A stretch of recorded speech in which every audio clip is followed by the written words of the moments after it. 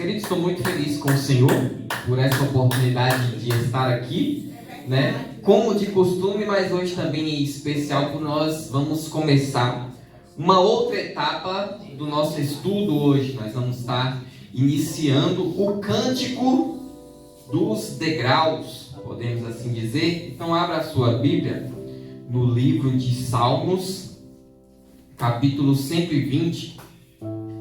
Esse estudo é muito especial para mim, porque eu sempre quis fazer esse estudo. Eu e minha esposa, nós tivemos um período ali no curso de teologia, e a prova do curso de teologia era justamente a gente pregar para os professores que estavam ensinando a gente, e eles dar uma nota para a gente. Olha só a dificuldade. E aí eles passam, vocês podem pregar do Salmo 120 até o Salmo 134. E aí vocês vão lá ver o que está lá, escolhem um capítulo e prega, e vocês vão pregar um capítulo desse para a gente. E aí era uma prova muito difícil, porque os professores era professor de curso de teologia, né? Então eles eram muito estudados, a gente tentava errar o quanto menos para poder tirar uma nota mais alta, para poder no final pegar um certificado, né, de que estudou de fato. E quando eu preguei o Salmo 127, nós vamos chegar nele futuramente, e eu apaixonei com esse conjunto, e vocês vão entender por quê. Apaixonei com esse conjunto que é do Salmo 120 até o Salmo 134. E hoje eu quero reservar metade do tempo para introduzir e metade do tempo para falar do Salmo 120. Então vamos ler a palavra do Senhor, que diz assim: Na minha angústia clamei ao Senhor e Ele me ouviu.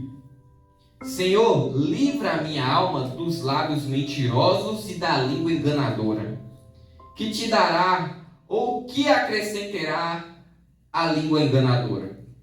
Flechas agudas do valente com brasas vivas de zimbro. Ai de mim, que peregrino em Meseque e habito nas tendas de Quedar. A minha alma bastante tempo habitou com os que detestam a paz. Pacífico sou, mas em eu falando, já eles estão em guerra. Amém? Senhor Deus e Pai que estás no céu, meu Deus, obrigado, Senhor, por essa oportunidade de estar aqui na Tua casa nessa noite, estudando, aprendendo a Tua palavra, meu Deus, podendo ministrar. Obrigado pela saúde que o Senhor nos deu, por toda a Tua graça em nossas vidas, meu Deus. Que o Senhor venha abençoar a vida dos irmãos, abrindo o nosso entendimento para essa palavra e derramando graça em nossas vidas durante esse estudo. Em nome de Jesus, amém. Podeis assentar, continue com as vossas Bíblias abertas. Louvado seja Deus. Exalte o Senhor com as palmas, senão eu nem consigo. Louvado seja Deus. Irmãos, já pensou? Eu sei que no mundo que a gente está vivendo, as coisas estão bem tenebrosas, né?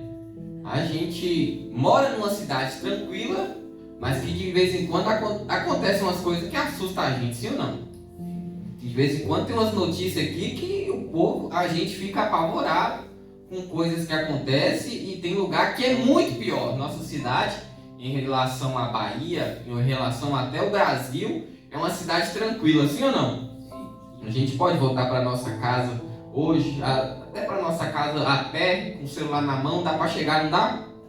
Um tempo atrás nós ficaria com muito medo, né, de sair na rua, a gente ia deixar o celular em casa, né, ia andar mais agrupados. Hoje não, hoje tem gente que vai para casa sozinho, as coisas estão mais tranquilas. Mas eu não sei se vocês perceberam nesse salmo que nós lemos, a situação da qual o salmista, ele está falando o que está acontecendo, né? Por exemplo, o último versículo, para a gente não entrar no salmo agora, mas o último versículo aí, eu sou pacífico sou, já eles estão em guerra. Ou seja, é igual a nossa vida aqui. Ninguém mexe com ninguém, né? A gente não fomenta o mal, né? A gente não sai por aí gritando, brigando com os outros, causando confusão na padaria, no açougue. Quem é que faz isso? Acredito que ninguém, né? Mas tem gente que a gente vê fazendo, sim ou não? Tem gente que está em guerra. É a situação que o salmista está escrevendo na situação. Mas vamos do começo.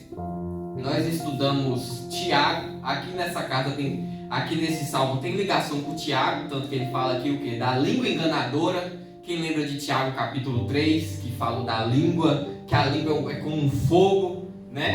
Então, aqui também tem um pouco de tudo que nós já estudamos. Daniel, que nós vamos usar nesse momento.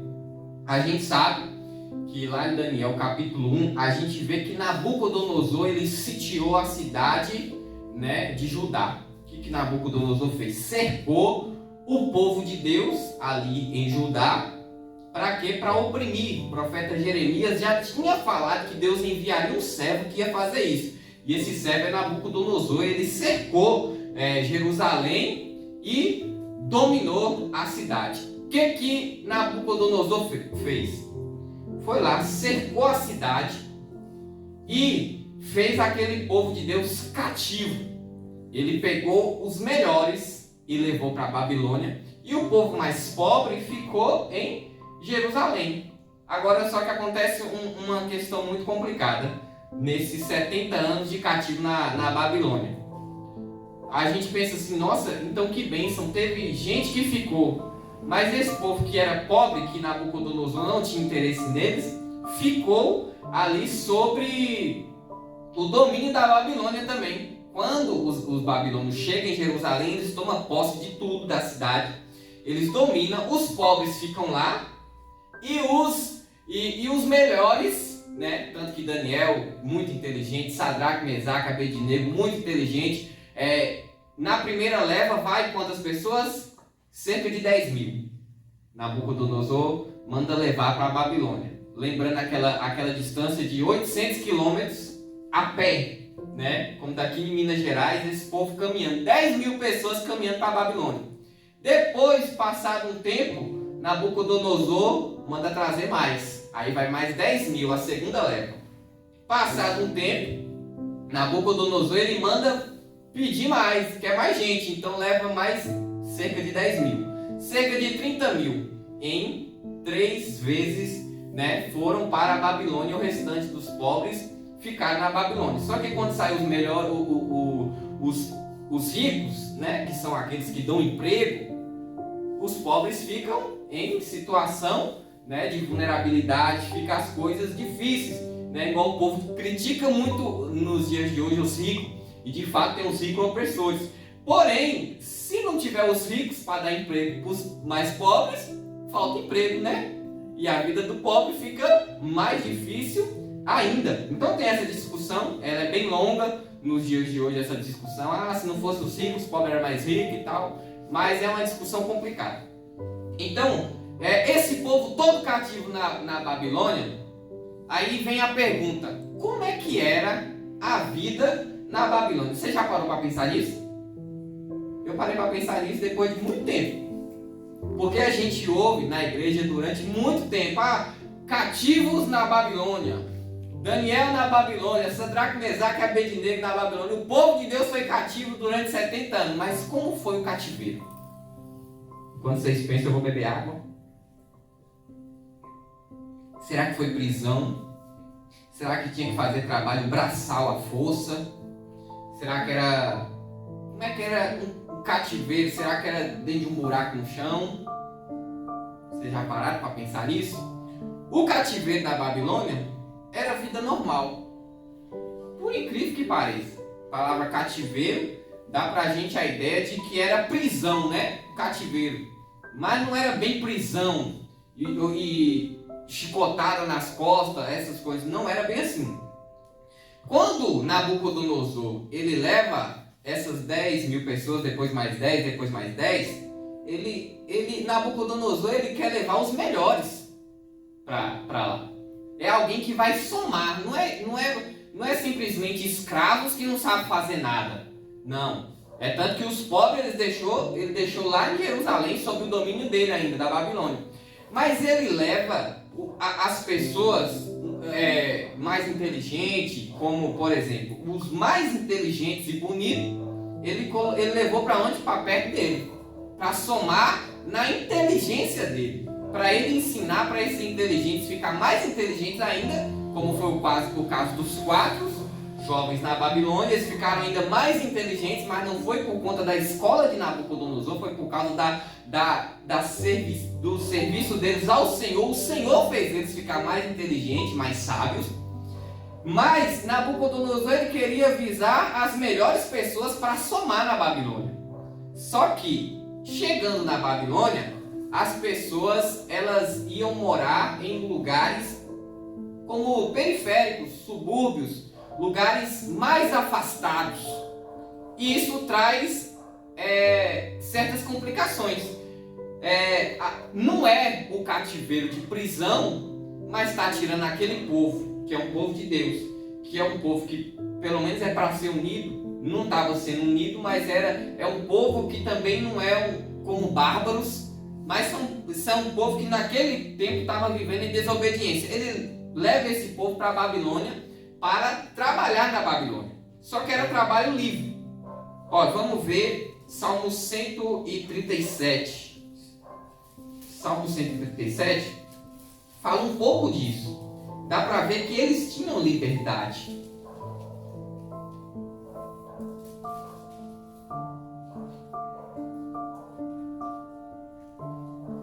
Junto aos rios da Babilônia, nos assentamos e choramos, lembrando-nos de Sião. Nos salgueiros que há no meio dela, penduramos as nossas. Está vendo que tinha uma certa liberdade na Babilônia? Eles podiam ir para onde queria. Está vendo? Eles podiam ter as suas harpas para cantar. Só que não tinha uma coisa: alegria.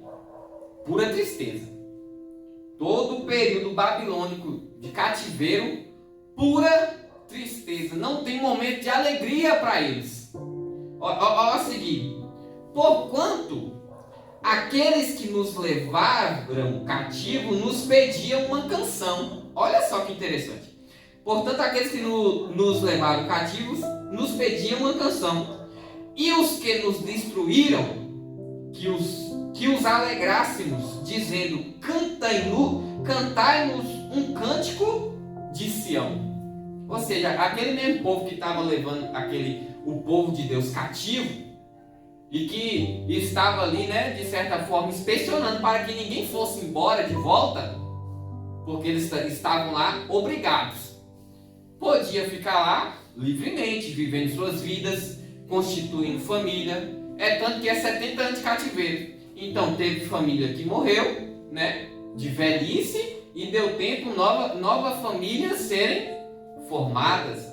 Deu tempo também o povo até mesmo prosperar na Babilônia. Deu tempo eles adquirir recursos na Babilônia. Mas vamos ler um pouco mais. Olha a situação deles, Mas como entoaremos o cântico do Senhor em terra estranha? Ou seja, eles pendurou as harpas nos salgueiros, falou: não dá mais para cantar, não tem nem alegria para cantar. Eles estão lá obrigados, Tá numa terra estranha. E aí nós voltamos lá para o Salmo 120. O Salmo 120 fala que no versículo 7 ainda, para a gente não iniciar agora: pacífico sou, mas em eu falando. Já eles quem? O povo que é da Babilônia. Está tudo em guerra. Ou seja, eles estão no meio de um povo terrível. Então esse é o contexto dos Salmos, do 120 até o 134. Do início, essa parte aqui do 120, 121, 122, é nessa situação que eles estão. Então, já que a gente entende que eles estão nessa situação, como era a vida deles na Babilônia? Trabalho, mesmo trabalho, provavelmente o mesmo trabalho que fazia lá em Judá, agora trabalha só que na Babilônia, no meio de um povo terrível. Então, quem era ferreiro em Judá, provavelmente ia ser o quê? Ferreiro na Babilônia, é o que sabe fazer. Quem provavelmente mexia com artesanato em Judá, vai fazer agora, provavelmente, né, especulando, provavelmente artesanato na Babilônia. E assim as demais profissões. Porque se a gente for para outro estado, a gente vai tender a fazer a mesma coisa que a gente já sabe fazer. Né? Para não ter o trabalho de aprender outra coisa, aquela coisa difícil, deixa esse negócio de aprender para quem é mais jovem, né? A gente busca sempre ter essa tendência de estar fazendo a mesma coisa, mas tem gente que muda, tem gente que vai para outras áreas, tem gente que busca novas experiências, e lembrando que esse povo aqui que o Nabucodonosor está levando são os mais espertos, os mais inteligentes. Então, eles têm essa vida agora na Babilônia, estão presos lá, ficou muitos ainda em Judá, mas sendo oprimidos, os que ficaram lá ficou sobre a opressão, e nós sabemos daquele anticristo que passou por lá e fez um arraso. Quem lembra de Daniel? Esqueci o nome dele agora, mas ele passou durante o período da Babilônia, os que estavam na Babilônia estavam sofrendo, e os que estavam em Judá estava sofrendo também, ficou de igual para igual. Porém, a gente chega em uma informação muito importante, que é a seguinte: embora esse povo tivesse cativo na Babilônia, vários deles tinham uma liberdade de ir para Jerusalém nas festas anuais. Quais são as festas anuais? A Páscoa, a festa do tabernáculo e o Pentecoste. Então, o que acontecia, irmãos? Muitos deles iam, mas não eram todos que podiam ir. Porque para fazer uma viagem dessa, né, você não ia a pé. Você já vem cativo da Babilônia a pé. Agora, ter que ir numa festa 3 vezes no ano. Imagina que a gente tem que ir em Belo Horizonte 3 vezes no ano. Essa é a distância. Só que a pé não dá. Então tinha que ter um certo meio de transporte para ir. Provavelmente um camelo, né? Uns jegue para levar as coisas. Então não era todo mundo que conseguia ir. Não era todo mundo que conseguia ir. E aí nós entramos agora no que de fato é o cântico dos degraus. Porque o cântico dos degraus, ele é o cântico daqueles que iam. Deu para entender? É o cântico do grupo de pessoas que iam para Jerusalém para as festas anuais, que é a festa da Páscoa, do Tabernáculo e do Pentecoste. Essas 3 festas. Agora, lembrando que eles iam, mas a situação de Jerusalém era a seguinte: o templo tinha sido destruído. O templo de Jerusalém, o templo de Salomão, tinha sido destruído. Nabucodonosor destruiu. Então, a gente vê que mesmo com o templo destruído, o povo de Deus, ele tinha uma cultura muito forte, né? A religião judaica, ela era muito forte na questão geográfica. Como assim? Questão geográfica. É tipo assim, quando eu penso, a minha igreja é a igreja do Vila América. Deus só está lá. Deu para entender? Imagina que eu penso assim, a minha igreja é a igreja do Vila América, e se eu for adorar a Deus, eu tenho que ir lá na igreja do Vila América, aquela igreja que eu congrego. Se eu for em outro lugar, Deus não me ouve. Em outro lugar, Deus não me responde, mas é lá que eu adoro e que eu faço minhas orações e que eu aprendo. É como se pensasse assim. Pra gente é assim? Não, né? Se a gente for numa igreja de um outro povo de Deus abençoado, a gente sabe que Deus está lá também, né? Lá tem oração, tem louvor, vai ter palavra. Se a gente for lá na sede, Deus está lá. E Deus está com a gente o quê? O tempo todo. Então, como era o cativeiro? O cativeiro da Babilônia, eles andavam com esse povo terrível. E esse povo terrível ficava perguntando para eles: Onde é que está o teu Deus agora? Canta um louvor aí de Sião para ver se eu fico alegre. Situação difícil, né, irmão? Uma vez o irmão me contou que ele morava numa casa que ele teve que mudar, não foi? Porque o povo, os vizinhos eram o quê? Terríveis.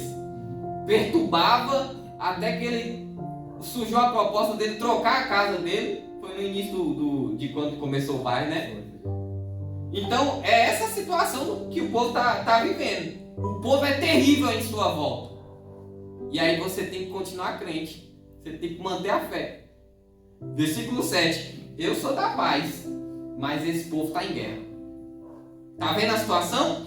Então quando esse povo tá cativo na Babilônia, eles estão sofrendo opressão. E o Salmo 120, ele traz isso.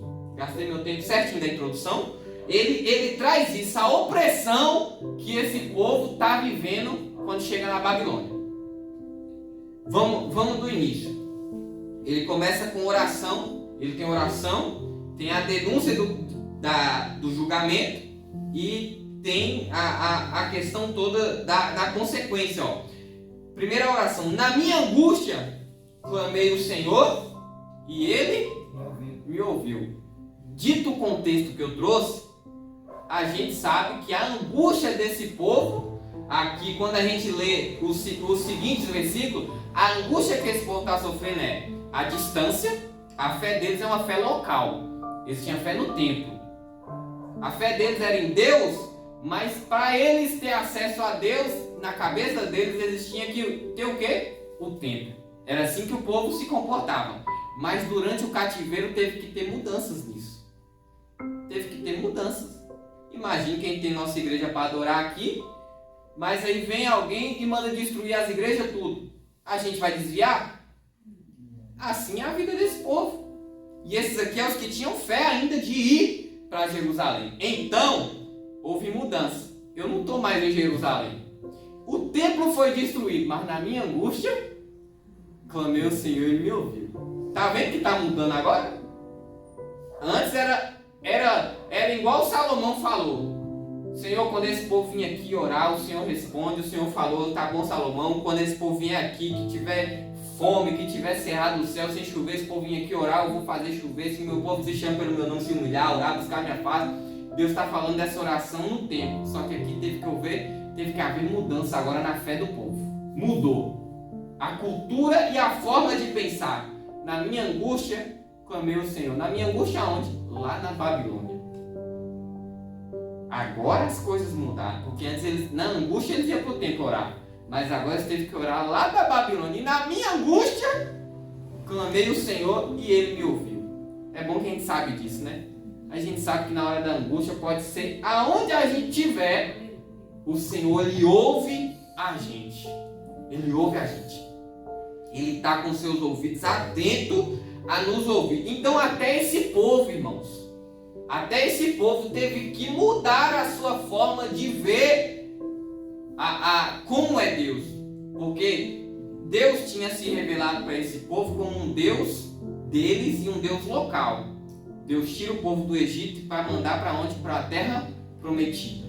E Deus vai com esse povo até a terra prometida e eles habitam ali. Ali faz as tendas, né? Primeiro no monte, eles adoram no monte, depois chega no lugar, faz a tenda do tabernáculo.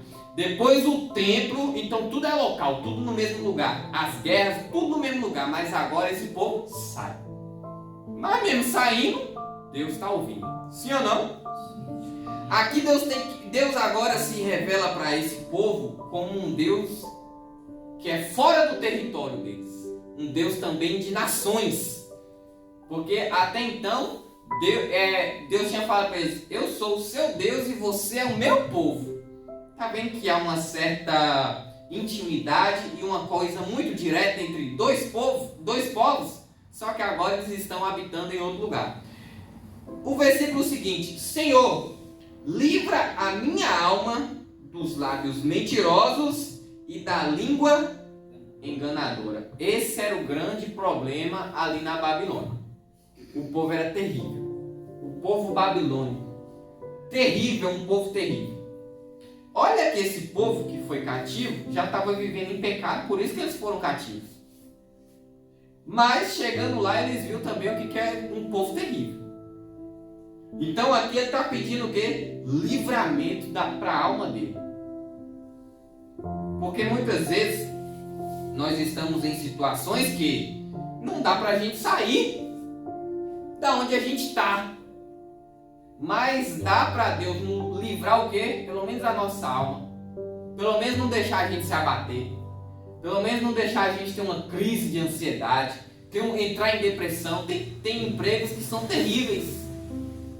Tem pessoas aí que estão doentes por conta da sua própria casa. Não dá para sair de casa. Por conta do seu emprego. Não dá para largar o emprego e ficar desempregado por conta do povo terrível que tem lá no emprego. Aqui o salmista está falando isso. Livra a minha alma. Sair daqui eu não posso. Vocês estão entendendo? Tem situação que a gente está. Já pensou o marido brigar com a mulher? E falar, Deus me livra dessa mulher? Ou a mulher fala, Deus me livra desse homem? Mas vocês casaram. Vocês juraram no meio da testemunha até que a morte separe. Se eu for livrar, eu vou ter que matar um dos dois. Tá vendo? Mas o quê? Então o quê? Tem situações que não dá pra gente correr. Tem situações que não dá pra gente correr. Então, o que o salmista está falando aqui? Senhor, livra a minha alma. Eu quero pelo menos... Eu sei que eu tenho que passar por isso aqui, mas eu quero passar bem. Eu quero passar confiante. Ele está orando pela alma dele. É uma coisa que a gente tem que fazer. Para o Senhor livrar a nossa alma. Tem hora que a gente está em situações que não dá para a gente sair fisicamente. Você vê que os lugares mais fáceis do povo sair, o povo sai. Você quer ver uma coisa? Quando começa a aflição na alma e o problema é na igreja, um monte de gente cai fora. Porque tem outras. Do emprego muito dificilmente alguém sai. Porque emprego muitas vezes é difícil de arrumar outro. Porque se fosse fácil, na primeira oportunidade, no primeiro reclamão do patrão, o funcionário falava, tchau, tô saindo fora. Mas raramente isso acontece, sim ou não? Então tem situações que a gente não tem para onde correr. Mas o Senhor, Ele provê o livramento da nossa alma. A gente passa firme. A gente passa pela situação bem. Você quer ver uma coisa que muita gente não sabe é disso aqui. O povo hoje é assim. Eu vou para a igreja. Mas se me olharem torto, eu não vou mais. Eu estou indo para a igreja, mas nunca mais me deram oportunidade, eu vou para outra. Ah, aconteceu um problema lá na igreja de tal lugar, então eu vou congregar na sede. Não, o Senhor, Ele provê livramento para a nossa alma. Aqui tem que estar bem. Irmãos, por fora, raramente vai estar bem. Mas na nossa alma pode estar tudo bem. O Senhor, Ele provê isso. Tá dando para entender? Então eles estão pedindo livramento porque tem o quê? Em volta deles, lábios mentirosos, ou seja, pessoas que mentem. Provavelmente mentem a respeito dessa pessoa ou mentem para esta pessoa. Tem os dois tipos de mentir. Imagine lá o ferreiro, está trabalhando. É tanto, vamos fazer esse serviço. Mas aí tem aquele malicioso que já está pensando na enganação, né? Ou vamos pôr o exemplo ainda do ferreiro. Não, esse ferreiro, ele está fazendo espada para o inimigo. Conta lá para os oficiais de Nabucodonosor que esse ferreiro de Judá, ele está fazendo espada para os inimigos, os persas. Está vendo dois exemplos de mentira? Não estou falando que isso de fato aconteceu. Mas só para a gente entender que para a língua enganadora, ela não tem limite. A língua enganadora, ela não tem limite. Ela é como nós vimos em Tiago capítulo 3, como o fogo que se espalha. Aquele escândalo que vai se espalhando e causa um arraso. Então tem língua enganadora, né? E lábios mentirosos. É o versículo 2. Versículo 3. ele já entra na questão do julgamento para esses. Esse julgamento ele é muito interessante. A forma que esse salmista traz o julgamento, ele começa com uma pergunta e depois ele mesmo responde. No versículo 3 ele pergunta, no versículo 4 ele responde o que vai acontecer com esse povo terrível que vive com eles. Olha o seguinte: que dará ou acrescentará a língua enganadora? O que te dará? Isso é a pergunta. Ele mesmo responde: flechas agudas do valente, com brasas vivas de zimbro. Flechas agudas do valente é como se fosse arqueiros guerreiros, né? Eles têm flechas pontudas que não erram o alvo.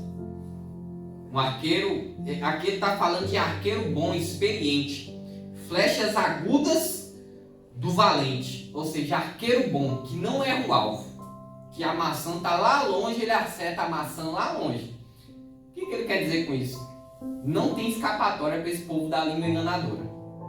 Não tem para onde correr. Onde ele estiver, o juízo vai cair sobre eles certinho.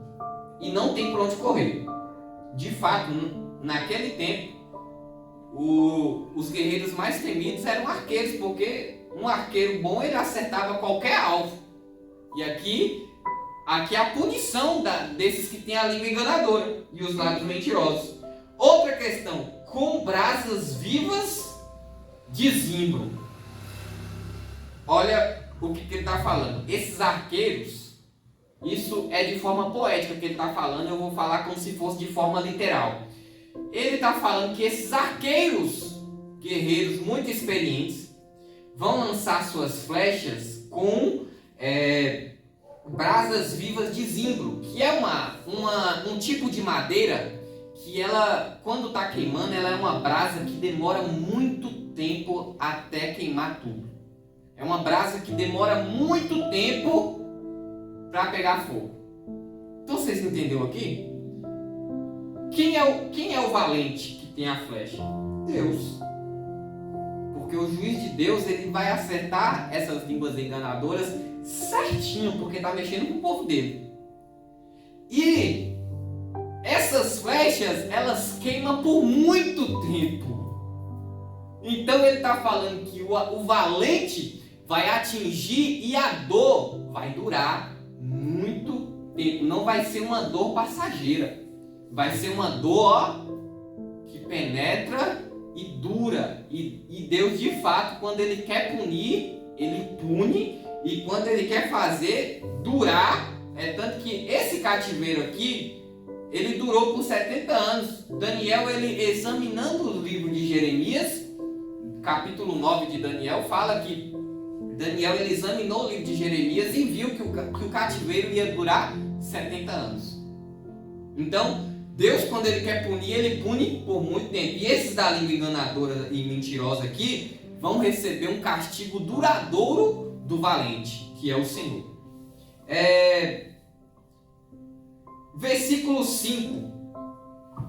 Versículo 5 ele é muito interessante.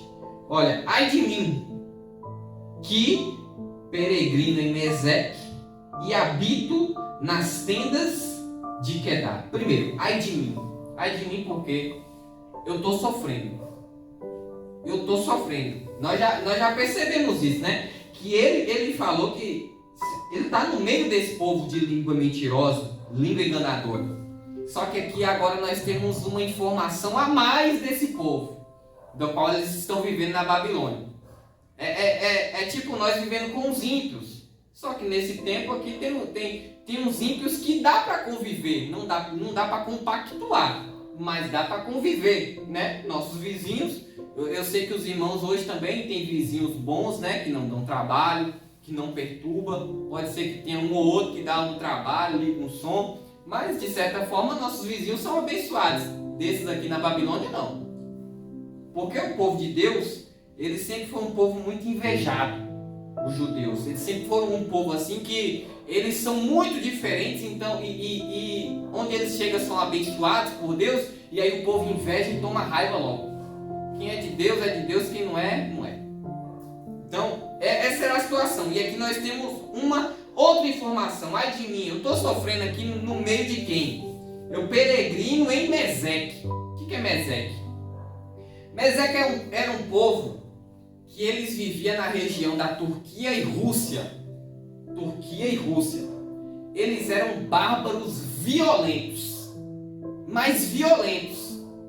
Sabe, aquele povo rústico, que é da guerra mesmo, da briga. Povo grande, forte, que invade outros lugares e mata todo mundo e devasta tudo. É desse tipo de gente aqui que ele está falando. Eu peregrino em Meseque. Só que não é literalmente. Não é que ele peregrina em Meseque literalmente. Não. Não é isso. Ele não está peregrinando em Meseque, mas ele está falando ai de mim, porque esse povo que eu estou aqui à minha volta é igual o povo de Meseque, os bárbaros. E também ele fala de um outro povo. E habito nas tendas de Quedar. Olha que interessante. Meseque é região da Turquia e Rússia.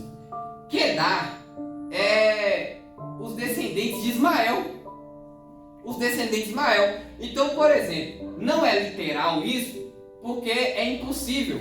Porque Turquia e Rússia é lá do outro lado, e os descendentes de Ismael é cá do outro lado. É o lado oposto. Ele está falando que ele peregrina por um e habita no outro. Já não faz sentido. Eu peregrino e habito. Não, ou a gente habita, ou a gente peregrina. Sim ou não? Igual nós. A nossa situação, nós não somos peregrinos, literalmente. Por quê? Porque nós temos casa, nós estamos aqui em Vitória da Conquista, no Parque Vila América, e moramos aqui. Então, não somos peregrinos, né? Igual ele aqui, ele está falando, eu peregrino e habito. Então, por quê? Porque isso não é literal, mas ele está trazendo dois povos violentos. Dois povos violentos. Para dar um exemplo de como é que é o povo da Babilônia. Que é um povo terrível, um povo violento, um povo mentiroso, um povo malicioso, traiçoeiro. Olha, Quedar é os descendentes de Ismael, que tem muita raiva dos descendentes de Isaac. Lembra que tem essa guerra até hoje? Israel contra Ismael, né? O povo está em guerra até hoje. Trump deu uma acalmada agora, mas esse povo sempre vai estar em guerra.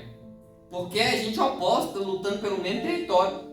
Então, de vez em quando dá acalmada, depois é guerra de novo. Então aqui ele está usando isso, ó. Eu habito nas tendas de Quedar. Não tem como. Se ele entrar nas tendas de Quedar, que é o povo de Ismael, o salmista morre. Então isso aqui não é literal. Mas ele está dizendo, é como se eu estivesse no meio dos bárbaros lá da Rússia e da Turquia e morando lá dentro da casa dos filhos de Ismael, que me odeia. Terrível demais, irmãos, a situação. É um cativeiro babilônico que eles podiam ter uma vida livre, mas que paz não tinha nenhuma. Por isso que no versículo 2 ele está pedindo o quê? Livra a minha alma, Senhor. Na minha angústia, clamei ao Senhor, Ele me ouviu. Qual é o clamor? Senhor, livra a minha alma dos lábios mentirosos e da língua enganadora.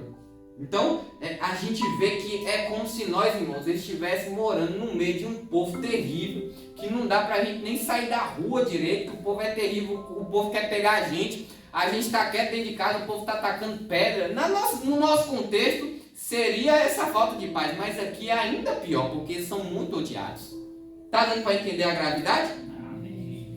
Então, no versículo 6, ele começa a falar dele. A minha alma bastante tempo habitou com os que detestam a paz. Esse povo aqui não quer saber de paz. Não quer, detesta a paz. Quem tiver no sossego, eles vão tirar o sossego. Talvez, essa aqui é uma situação que eu e você nunca viveu. A gente pode ter morado no pior lugar. A gente pode ter vivido uma vida dentro de casa com uma pessoa terrível, mas a situação que eles estavam vivendo, nós nunca passou.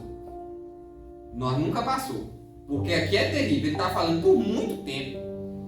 Eu vivi com as pessoas que detestam a paz, é muito tempo. Essa pessoa aqui, por que ela está pedindo livramento para a alma? A alma, como a gente sabe, são as nossas emoções, quem nós somos interiormente. Ele está pedindo livramento para a alma dele porque ele não aguenta mais. É alguém que está a ponto de enlouquecer, de traumatizado. Ele está falando aqui, não dá para sair daqui, mas Senhor, livra a minha alma. Livra a minha alma, senão vou ficar perturbado. Aí ele termina o salmo falando: pacífico sou, mas em eu falando, já eles estão em guerra. E assim é um povo que está cativo. E o pior do cativeiro aqui, você vê que eles não estão falando mal de Nabucodonosor. Eles não estão falando mal do império. Eles não estão falando mal aqui de outras questões. O problema é o povo com o qual eles estão ali no meio. Eu sou da paz, eu não queria estar na situação que eu estou, mas esse povo aqui, na minha volta, seja no trabalho, seja em casa, seja na rua, esse povo está em guerra. Tem lugares que estão assim no Brasil hoje, né? Tem lugares que é terrível. Tem lugares onde a criminalidade cobra imposto do povo, cobra taxa. A pessoa tem uma padaria, tem que pagar a taxa. A pessoa tem ali vendendo um botijão de gás, tem que pagar a taxa para o dono lá do local, porque senão morre.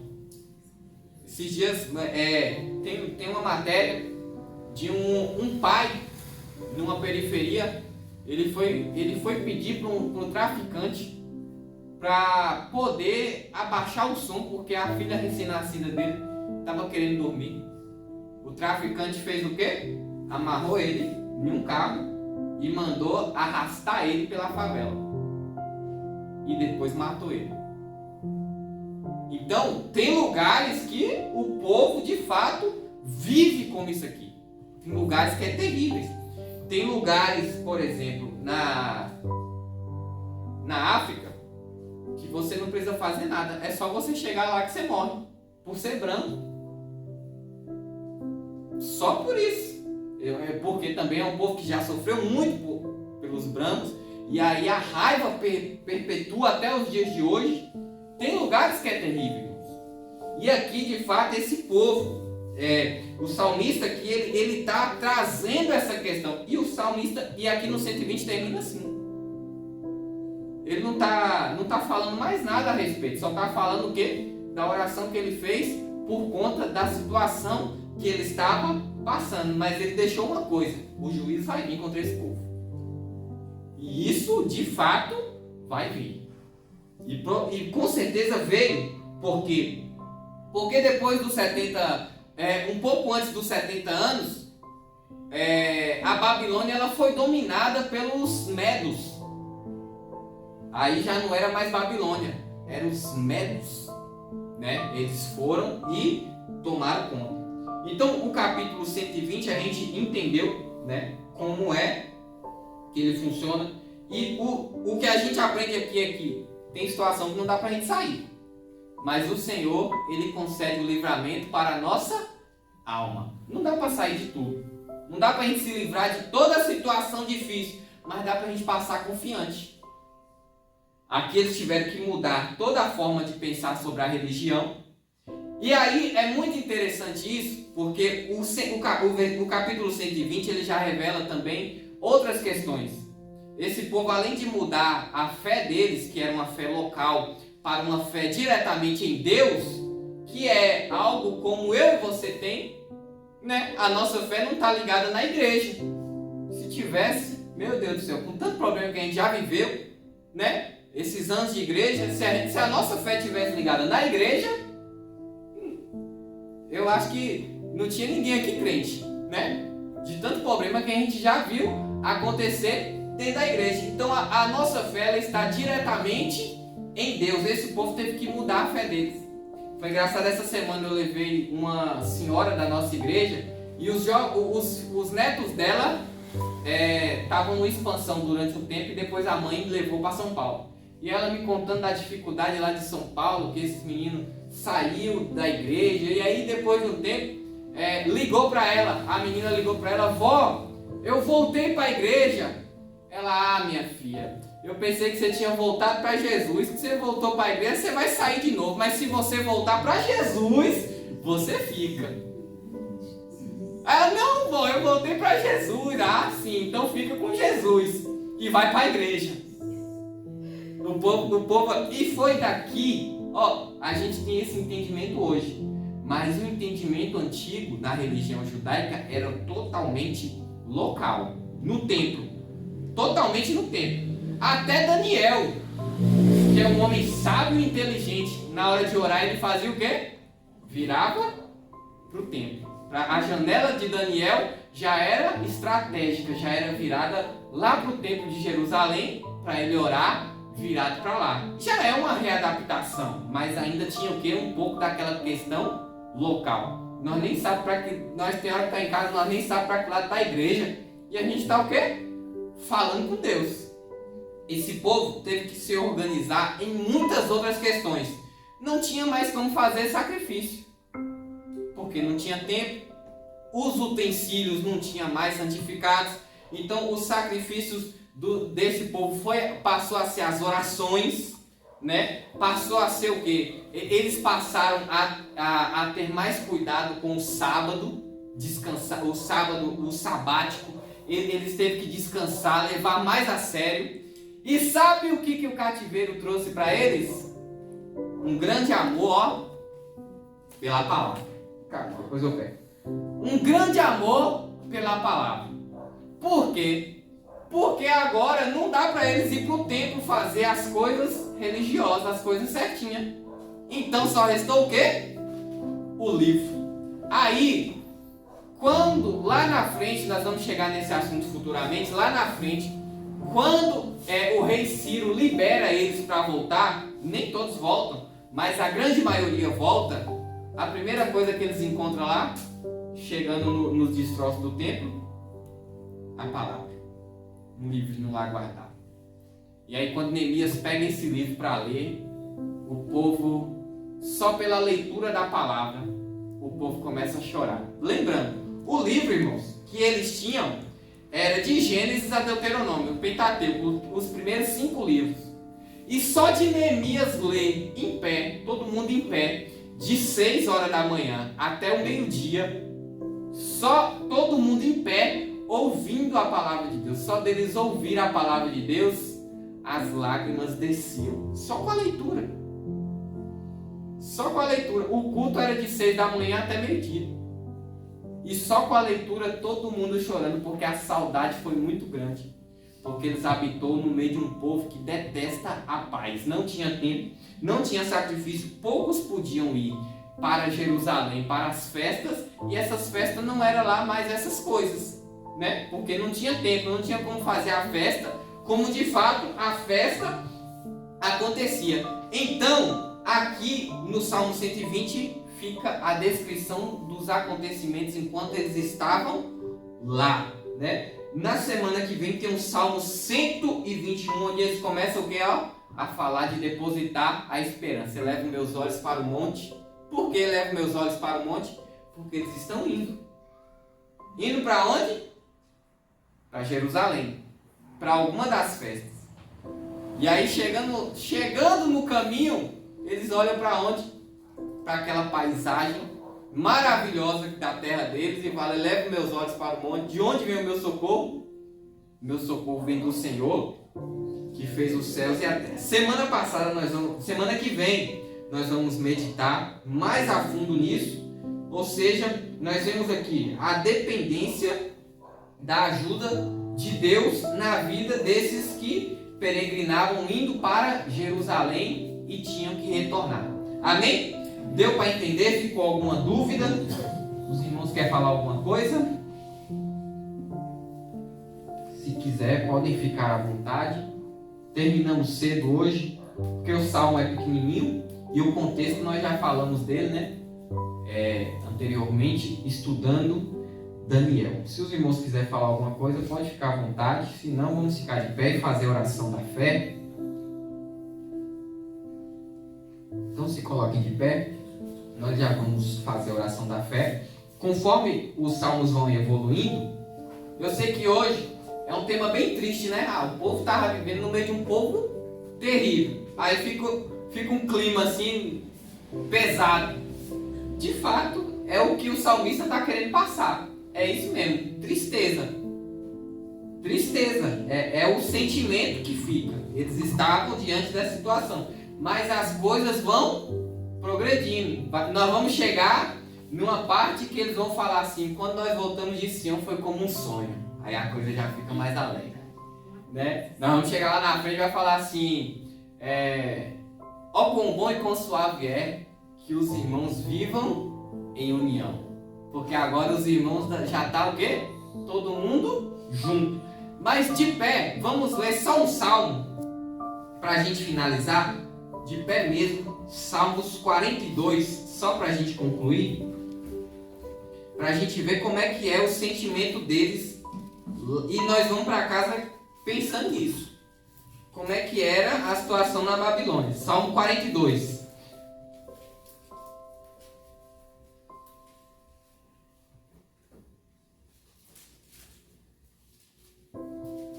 Olha a tristeza que era estar ali.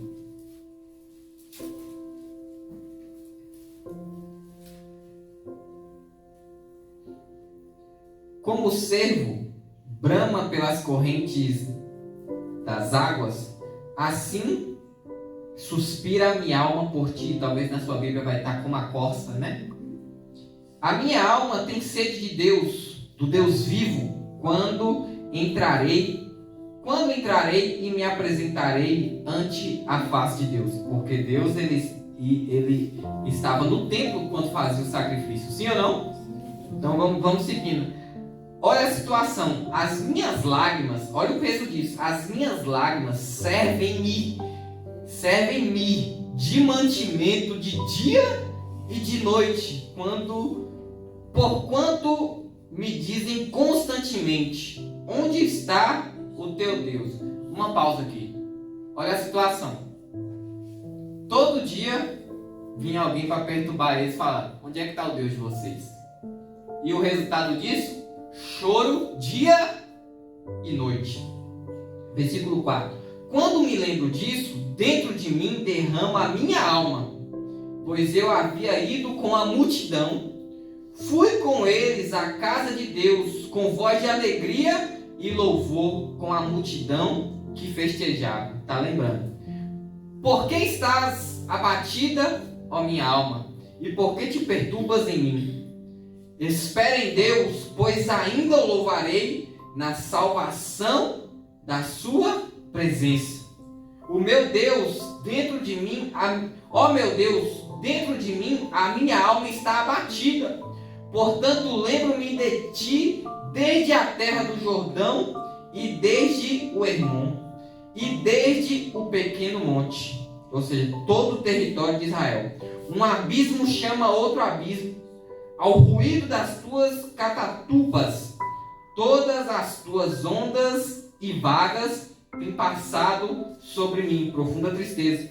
Contudo o Senhor mandará de dia a sua misericórdia, e de noite a sua canção estará comigo, a oração ao Deus da minha vida, ou seja, fé e readaptação. Mesmo assim eu vou buscar. Direi a Deus, a minha rocha: por que te esqueceste de mim? Por que ando angustiado por causa da opressão do inimigo? Como com ferida mortal em meus ossos me afundam os meus adversários, quando todo dia me dizem: onde está o teu Deus? Por que estás abatido, ó minha alma? E por que te perturbas dentro de mim? Espera em Deus, pois ainda o louvarei. Ele é a salvação da minha face e o meu Deus. Pronto. Aqui não precisa explicar mais nada. Vocês viram a situação do povo de Deus ali, cativo na Babilônia. Amém, irmãos? Somente até aqui, os irmãos meditem nisso. E semana que vem nós estaremos meditando mais. Amém? Senhor Deus e Pai, meu Deus, nós te agradecemos, Senhor, por essa palavra. Que o Senhor, meu Deus, na nossa aflição venha dar livramento, meu Deus, para a nossa alma.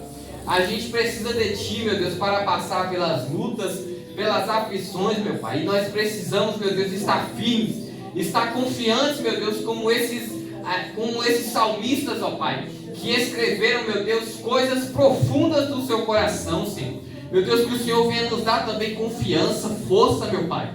Venha dar para nós, meu Deus, perseverança mediante a prova, meu Pai. E oração, meu Deus, que nós venhamos orar mais, nós venhamos te buscar mais, Senhor. Em nome de Jesus, meu Pai, nós te agradecemos por essa palavra que nos fez refletir nessa noite, meu Pai. Abençoa esse estudo, meu Deus, toma conta, dá-nos sabedoria e entendimento. Em nome de Jesus, amém.